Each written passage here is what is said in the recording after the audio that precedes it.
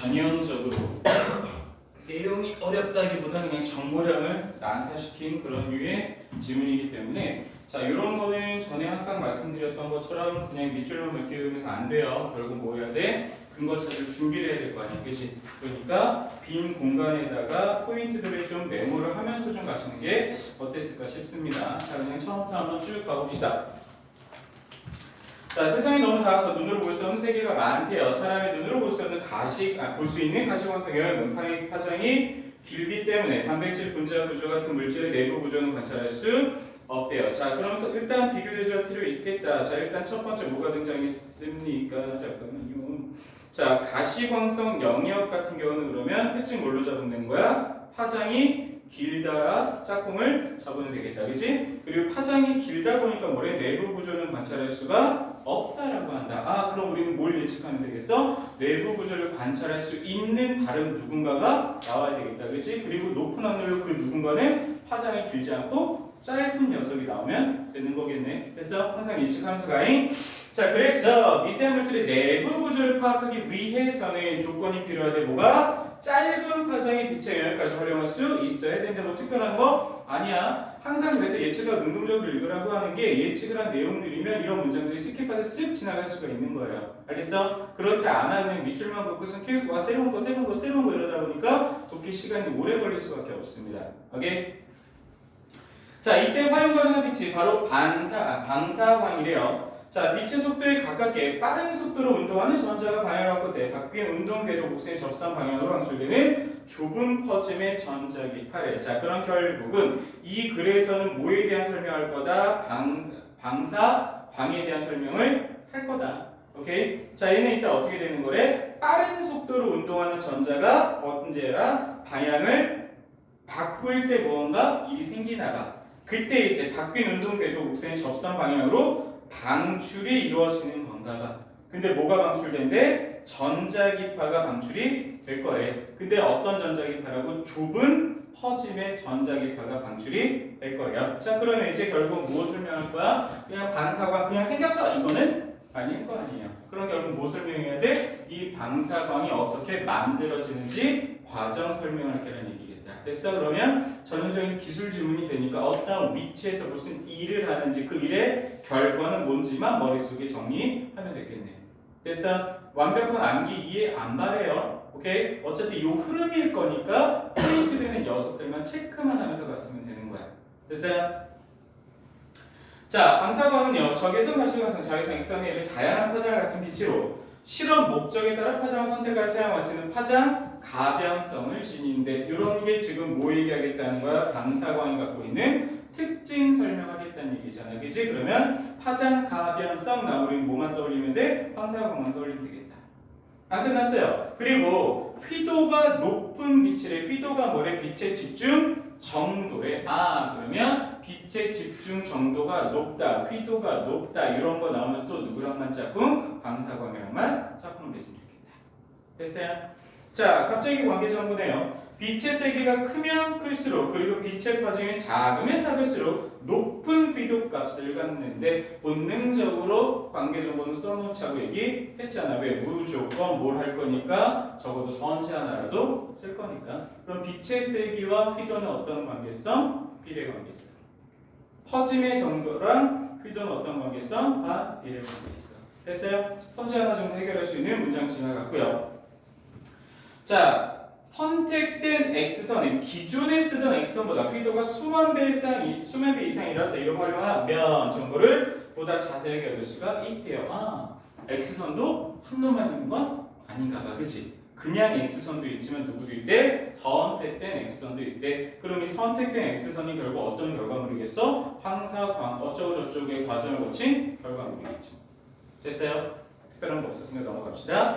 자, 방사광은 자연에서 별이 수명을 다해 폭발할 때 발생하기도 하지만 연구에 활용하는 것은 어려움을 놓고 우선은 슈퍼 현미경이라고 불리는 방사광 가속기를 이용해 임의적으로 만든데 그냥 자연 속에서 만들어지기도 하는구나. 딱히 우리가 궁금할 정도는 아니고 결국 어디? 임의적으로 만드는 그 과정을 설명할 게라고 얘기를 하고 있는 거네. 오케이? 근데 이름부터 뭐야? 방사광, 가속길에 뭔가가 속도를 붙여야 되는 뭐 이런 게 있나 봐. 그지? 그리고 앞에 쫙 앞에서 아까 방사광 자체가 뭐 전자가 빛보다 빠른 뭐 아니면 빛처럼 빠른 뭐 이런 게 필요하다며 그냥 그런 것과 연관된 얘기 하겠지. 됐어요? 크게 몇 군데로 나눠져 있어? 방사광 가속기? 번호를 쓰면서 가야 돼. 알겠어? 1, 2, 3이든 가나다든 꼭 쓰면서 갔어야 돼. 그냥 영원 없이 밑줄만 가면 안 돼. 알겠어요? 얘는 또 심지어 글도 좀 긴 편이기 때문에 표시가 안 돼 있어 빨리빨리 안 찾아져잉. 오케이? 자, 총 세 가지인데 번호 매기면서 딱 갔어야 돼. 대놓고 딱 구성이 세 가지로 있다라고 얘기했으니까 자, 첫 번째는 뭡니까? 전자 입사 장치래요. 일단 전자를 집어넣는 건가 봐. 자, 전자를 방출시킨 뒤 빛의 속도에 가깝게 가속시켜 저장링으로 주입하는 장치래. 일단 전자를 방출시키고 나서 어떻게 해야 된대? 방출시키고 가속시켜가지고 어디로 보낼 거래? 저장링으로 보내주는 거래. 됐어? 설명 끝난 거네 사실상. 그러면 일단 어떤 위치에서 방출하는지, 어떤 위치에서 가속을 시키는지, 그리고 저장링에 가서 이제 어떤 과정을 거치는지. 됐어? 완벽한 안내 문장이 된 거고요. 자, 첫 번째 전자총은요. 고유한 파장을 가진 금속이 그 파장보다 짧은 넘어가. 파장의 빛을 가면 전자가 방출되는 광전 효과를 활용한대. 그러면 일단은 그 앞에서는 누구 광전 효과란 말이 일단 첫 번째 위치에서의 가장 중요한 역할이 있다는 얘기지. 더 짧은 거 가면 전자가 방출되는 거래요. 자, 그렇게 해서 얘는 결국 뭐 하는 거야? 지속적으로 전자를 계속 방출해주는 역할을 하는 녀석이 첫 번째 녀석. 됐어요? 자, 두 번째. 이때 방출된 전자는 상대적으로 속도가 느리다. 속도가 느리면 에너지 값이 높지가 못한가 봐. 그래서 뭘 하는 거야? 선형 가속기라는 데서 결국 뭐 하는 거겠습니까? 속도 높여주면 되겠지. 왜? 높은 에너지 값을 가지고 잘 굴러가게 만들려고. 자, 음전하를 띈 전자가 양전하를 띈 양쪽으로 움직이려는 전기적 힘의 원리를 활용한다. 선형 가속기는 전기적 힘의 원리라는 걸 활용하는 놈이었구나. 자, 전자를 가속시키는 선형 가속기에서 빛의 속도에 근접하게 된 전자 이후 저장링으로 보내준대. 되게 직관적이겠네. 선형 가속기에서 결국 누구? 전자를 어떻게 가속시키는 일을 하는 거. 원리는 전기적인 힘의 원리. 끝. 됐어? 토막토막 딱딱 끊어지면 됩니다. 근거 명확해요. 자, 이제 두 번째 위치로 갑시다. 저장링이고요. 저장링 같은 경우는 총 세 가지로 설명을 할 건가 보네.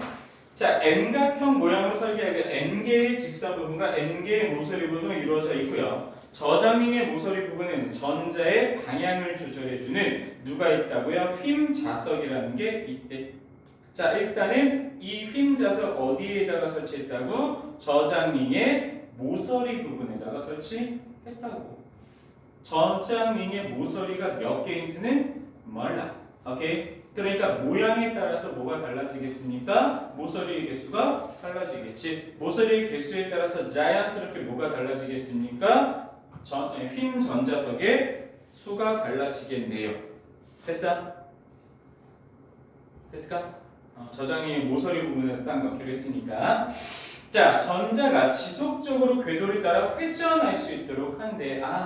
휨 전자석은 뭐 하는 거야? 궤도를 따라서 회전할 수 있도록 해주는 역할하는 게 휨 전자석의 역할이래. 근데 한 번만 하고 멈추는 게 아니라 어떻게 할 거야? 지속적으로 계속 돌면서 나갈 수 있게 해주는 게 휨 전자석이 하는 역할. 자, 자석주의 자기장에 힘을 받아 휘게 되는 이때 전자의 운동궤도 곡線접선 방향으로 방사광이 맞출된대. 자, 이 얘기는 사실 초면은 아니었죠. 자, 앞에서 방사광 개념 잡으면서 이미 설명한 부분. 오케이? 이거는 새로운 정보는 아니었고요. 자, 저장링의 직선 부분에는 N극과 S극을 번갈아 배열한 삽입 장치가 설치되어 있고요. 자기장의 영향으로 주기적으로 방향을 바꿔주는 역할을 하는 게 삽입장치의 역할이다. 자, 이렇게 되면 무슨 일이 생긴대? 바뀔 때마다 뭐가 쭉쭉쭉 방사광이 쭉쭉쭉 방출이 되는 것. 여기까지가 삽입장치의 역할이었고요. 자, 그런데 이 삽입장치에서 무슨 일이 또 있냐면, 자, 서로 중첩되면서 진폭이 커지는 간섭 현상이라는 게 생긴대. 일단 중첩될 때 합쳐진 거잖아. 진폭도 커졌고 결국은 간섭 현상 생기고 나면은 직관적으로 무슨 일이 생기겠습니까? 에너지가 작아지겠습니까? 커지겠습니까? 높은 확률로 커지지 않겠어요? 계속 합쳐지고 하니까. 자, 그래서 삽입장치에서 중첩되어 진폭이 커진 방사광, 휨 전자석에서 방출된 방사광보다 어떤 특징을 갖는다고? 죄송해요. 큰 에너지를 갖는 거래. 그러면 순차적으로 진행이 되고 있는데 여기까지 거쳤을 때가 더 커진 거니까 앞에 녀석이랑 비교를 하자면 상대적으로 앞에 녀석은 작았겠구나. 이렇게 그냥 비교할 수 있는 선지 하나가 나온 거고요. 안 끝났어요. 자, 통과하면서 방사광이라는 걸 뭐일 때 방출했대. 뭔가 에너지 또는 뭔가 재료가 뺏겼으니까 당연히 어떻게 돼? 에너지는 줄어들 수밖에 없겠지. 오케이? 자, 근데 에너지가 줄었어. 그러면 결국 어느 순간에 멈출 거 아니야. 근데 이게 멈추면 왜 안 돼? 안 되지 않겠어? 지속적으로 돌면서 지속적으로 나가면서 지속적으로 방출해줘야 되지 않겠습니까? 그 역할하는 놈이 요 세 번째 고주파 공동장치. 얘는 뭐 하는 거야? 에너지를 보충해줘서 계속 돌게 만드는 기능을 하는 게 고주파 공동장치가 하는 역할이라고 보시면 됩니다.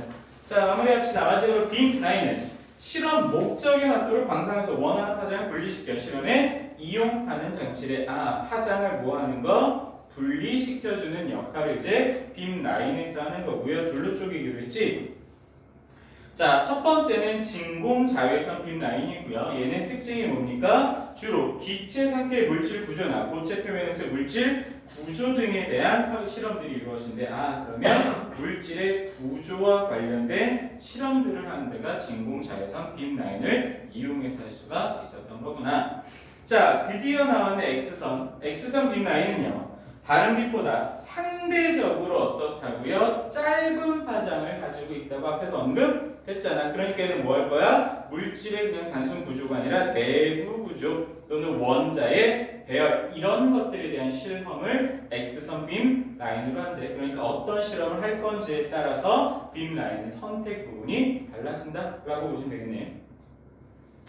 자, X선 현미경은요, 최대 15나노미터 정도 되는 생체 조직 등 같은 물질의 내부 구조까지도 확대하여 관찰할 수가 있고요.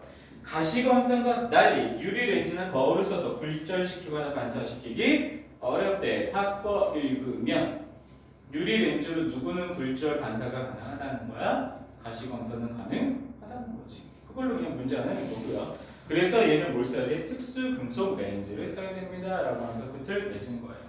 정보량이 좀 많아 보이지만 굉장히 흐름이 명확합니다. 이따가 우리 두 번째 타임에 프린트 질문할 거는 이렇게 친절하게 흐름을 안 줄 거야. 그래서 좀 더 긴장하고 푸셔야 되고요. 다소 길기는 했지만 내용 자체를 정리하는 건 그래도 좀 쉬운 편에 속하지 않았을까 싶습니다. 오케이? 두 번째 걸로 괴롭히려고 첫 번째 거 약간 머리 풀게 하는 거야. 자, 1차 문제네요. 실험 목적에 따라 빔 라인의 종류는 달라질 수가 있다. 되게 직관적으로 오차컷이었겠다. 그지? 다행히도 마지막 문단에서 근거 줬으니까. 휨 자석의 개수는 저장의 모양에 따라 달라지겠지. 왜? 모양이 어떤 애에 따라서 모서리의 개수가 달라질 거니까. 그 모서리마다 하나씩 놓기로 했습니다. 특별한 거 없었고. 빛의 집중 정도라고 하는 휘도는 빛의 세기, 퍼짐에 따라 달라질 수 있대. 관계 정보 하나 지나갔으니까 굉장히 직관적이었고. 자, 전자는 양전하를 띈 양극적으로 움직이는 전기적인 힘의 원리 음전하 띈 녀석이 양전하 띈 쪽으로 흘러가. 그러면서 자꾸 빨라지고 붙어. 이런 거 얘기했던 거니까. 소거하니까 뭐 고민도 없이 그냥 5번 읽지도 않고 아싸 5번 했으면 가장 좋았겠지. 금속이 고유한 파장보다 긴 파장의 빛을 더 읽을 필요도 없었지. 그치? 긴 파장이 아니라 짧은 파장을 쐈을 때 어쩌고저쩌고 하다가 광전 효과를 이용해서 전자가 방출되기로 했었죠. 소거하는 방식으로 빠르게 풀었으면 될 것 같고요. 자, 방사광에 대한 겁니다. 자, 실험 목적에 따라 파장을 선택해 사용할 수 있는 빛의 방사광의 첫 번째 특성, 파장 가변성에 대한 선지였죠. 방사광 가속기에서 연구 목적으로 가속시키는 전자 깃바다. 가속은 누구를 가속시키는 거야? 전자를 가속시키는 거지. 그리고 그 가속된 게 이런 과정을 딱 거치고 나서 결과물로 방출되는 전자기파가 방사광이죠. 방사광 자체를 가속시키는 게 아니죠. 뭐 3, 4번 넘어갑시다. 특별한 거 없으니까 바로 갑시다. 자, 20번이었고요. 자, 그냥 한눈에 볼 수 있게 좀 정리를 했고요. 자, 지금 보시면 전자총에서 뭘 합니까? 이제 가속을 시킨 광전 효과를 활용시켜서 전자를 방출하는 일을 이제 전자총에서 했고, 잠깐만 고개 좀 틀어볼까? 자, 그 다음에 이제 선형 가속기에서 뭐 하는 거야? 속도가 느려. 아직은 좀 마음에 안 들어. 거기를 이제 전기적인 힘을 이용해서 가속을 시키는 게 선형 가속기에서 했던 일이고요. 자, 그 다음에 이제 휨 자석을 통해서는 자기장의 힘을 받아 휘는데 접선 방향으로 이제 방사광을 방출시키는 역할을 이제 휨 자석에서 했었고, 그 모양에 따라서 이제 휨 자석의 개수는 좀 결정이 되는 상황이었고요.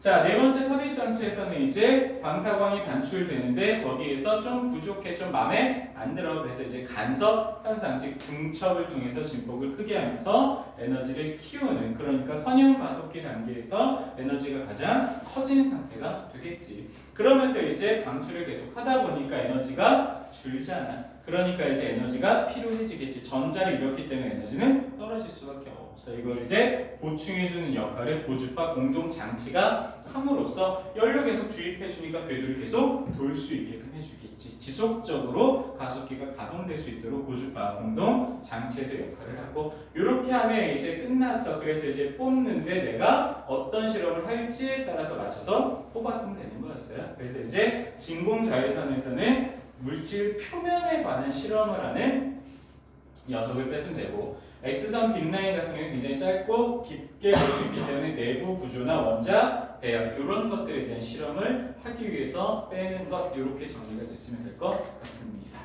됐어요? 자, 광전효과, 방출시킨 전자, 천자초기하는 일이었고요. 가속되어서 선형 가속기가 하는 역할이었고요. 오케이? 전혀 꼬은 게 없어요. 문제 되게 쉬웠어요. 자, 방향이 바뀌면서 궤도를 따라 회전할 수 있게 되겠군. 이렇게 방향을 바꿔주고 돌면서 나가게 해주는 그 역할 자체가 휨자석이 하는 역할이었으니까. 안 틀렸어야 되지? 방사광이 서로 중첩되어 진폭이 더 커졌기 때문에 C에서 방출된 게 강하다고 그럴 리가요. 오케이? D, 선형 가속기를 거치고 나서, 삽입 장치를 거치고 나서 이제 더 큰 에너지를 가지고 더 밝아질 수가 있었겠지. 통과하고 손실된 건 2로부터 받아서 이제 보충됐으니까 계속 돌게끔 만들어주는 역할을 했었고요. 실험 목적에 맞게 원하는 파장을 분리시키는 장치, 그게 이제 마지막에 나왔던 빔라인이 하는 역할이었습니다. 라고 설명을 했네요. 됐을까? 하나 더 있었구나. 두 개가 더 있었구나. 마지막에 어휘였죠. 자, 어휘부터 보시면, 자, 이게 사실 요즘에는 많이 나오는 건 아니지만 이런 스타일들을 이제 우리 1, 2학년 친구들이 좀 많이 힘들어하는 것 중에 하나예요. 차라리 그냥 바꿔쓰기 적절한 거, 적절하지 않은 것 이런 거 좀 직관적으로 하는 편인데, 그거보다도 그냥 이렇게 한 단어를 가지고 여러 문장으로 바꾸는 거. 오케이? 그래서 이렇게 다의적인 의미를 찾는 걸 좀 오히려 어색해하는 것 같고요. 자, 이런 거는 지난번에도 말씀드렸지만 일단 뭐부터 문장의 성분부터 먼저 찾아가시는 게 가장 직관적이에요. 오케이? 자, 우리 지문에서 지금 뭐라고 얘기합니까? 가변성을 지니다라고 얘기를 해주고 있잖아요. 오케이? 그러면 결국 우리 선지에서 뭐랑 좀 연결을 시켰었는데 목적을 갖고 있는 녀석만 연결했으면 돼요. 오케이? 그냥 단순하게 맞았어 틀렸어가 아니라 시간을 좀 아끼시라는 얘기야. 오케이? 자, 1번 같은 경우는 뭐랑 돼 있어? 지금 품속에 부사랑 연결되고 있잖아. 오케이? 그럼 일단 제끼고 가는 거야. 두 번째 같은 경우는 책임을, 그럼 얘는 일단 한번 훑어 봤어야 되겠지. 오케이? 근데 여기서 책임을 지는다는 건 뭐야? 그런 것들에 대한 걸 맡았다는 얘기잖아. 오케이? 가변성을 지닌다, 가변성을 맡았다는 얘기는 아닌 거잖아. 오케이? 그래서 얘는 지웠으면 되는 거고, 어릴 때 모습을 그대로 지니고 있었다. 모습을 지니고 있었다가 아니라 여기는 어디야? 그대로의 연결이 되고 있는 거잖아. 그래서 얘도 부사랑 연결이 되고 있으니까 일단 빼고 가는 거고. 가슴 속에 볼 필요도 없는 거야, 이런 것들. 왜? 부사랑 연결되고 있으니까. 그럼 이제 하나밖에 안 남았네. 보편성 을 목적어 가지고 있는 요 녀석이랑 연결을 했으면 되는 거겠죠. 알겠어요? 요런 유형 나면 일단 문장의 성분부터 뽑아놓고 가세요. 알겠어? 근데 이게 문장의 성분으로 뽑았는데 애매하게 나오거나 아니면 예전에 평가에서 좀 헷갈리게 됐던 거 우리 수업 때 한번 한 적이 있었는데 그런 경우도 있겠지만 흔치 않은 경우고요. 보통은 문장의 성분으로 일단 줄여놓고 찾으면 거의 답은 나온다고 생각하시면 돼요. 오케이? 자, 마지막. 자, 광학 현미경이고요. 자, 얘는 출발부터 뭐라고 얘기합니까? 가시광선이네요. 그럼 X선이랑 완전히 다른 얘기고요. 그래서 앞에서 봤던 것처럼 뭘 얘기합니까? 얘는 유리 렌즈를 쓴다라고 얘기하네. 그렇게 해서 얘는 뭐만 볼 거야? 그냥 표면을 확대만 할 수 있는 실험 장치가 지금 광학 현미경이었고요. 배우를 뭐 이렇게 높여서 관찰할 수 있다라고 얘기를 하네요. 내부 구조 고민할 필요도 없잖아. X선이 하는 일이잖아. 오케이? 자, 빛이 굴절하는 성질을 이용하여 실험하는 장치이다. 자, 굴절시키는 방법 또는 굴절시키는 그 빛의 종류만 다를 뿐이지 굴절이라는 건 다 굴절이 생기는 거잖아요. 오케이? X선을 굴절시킬지 가시광선을 굴절시키지만 차이가 있는 거. 차이점? 아니죠. 얘는 모두로 바꿨어야 되는 선지가 됐던 거지. 유리렌즈 그냥 위에서 써놨는데 이딴 건 그냥 왜 써있는지 모르는 그런 선지 정도라고 빠르게 제꼈으면 되잖아. 그치? 유리렌즈는 이은이라는 작품이었죠. 자, 인간의 눈으로 볼 수 없는 빛의 영역. 에이, 그럴 리가. 가시광선은 앞에서도 언급했잖아. 볼 수 있는 영역이라고. 얘도 그냥 5번 아니고 아싸 5번 그냥 바로 있어도 되겠지. 소고가 완벽하게 됐을 거니까. 상대적으로 짧은 파장의 빛을 이용해서 이제 내부까지 볼 수 있는 게 이제 X선이 하는 일이라고 생각을 하시면 될 것 같습니다. 됐을까? 시험이 좀 늦게 끝난 학교들도 있는 것 같고 참 오랜만에 지금 풀기도 하는 것 같은데 전에도 얘기했지만 고등학교 들어왔으면 이제 내신과 정시 뭐 이런 걸 나누는 게 의미가 없어요. 알겠어? 시험 기간에 바짝하고 시험 기간 확 늘어지고 절대 안 됩니다. 알겠어? 그리고 이제 우리 딱 기말고사 끝나면 이제 12월부터 아기다리 고기다리가 이제 고3이신 분으로 만날 거니까 늘어지시면 안 돼. 알겠어? 진짜 얼마 안 남았으니까 조금만 더 버텨. 버티면 무조건 올라가니까 상대평가라서. 아시겠습니까? 한 10분만 쉬고 다른 것도 이해합시다.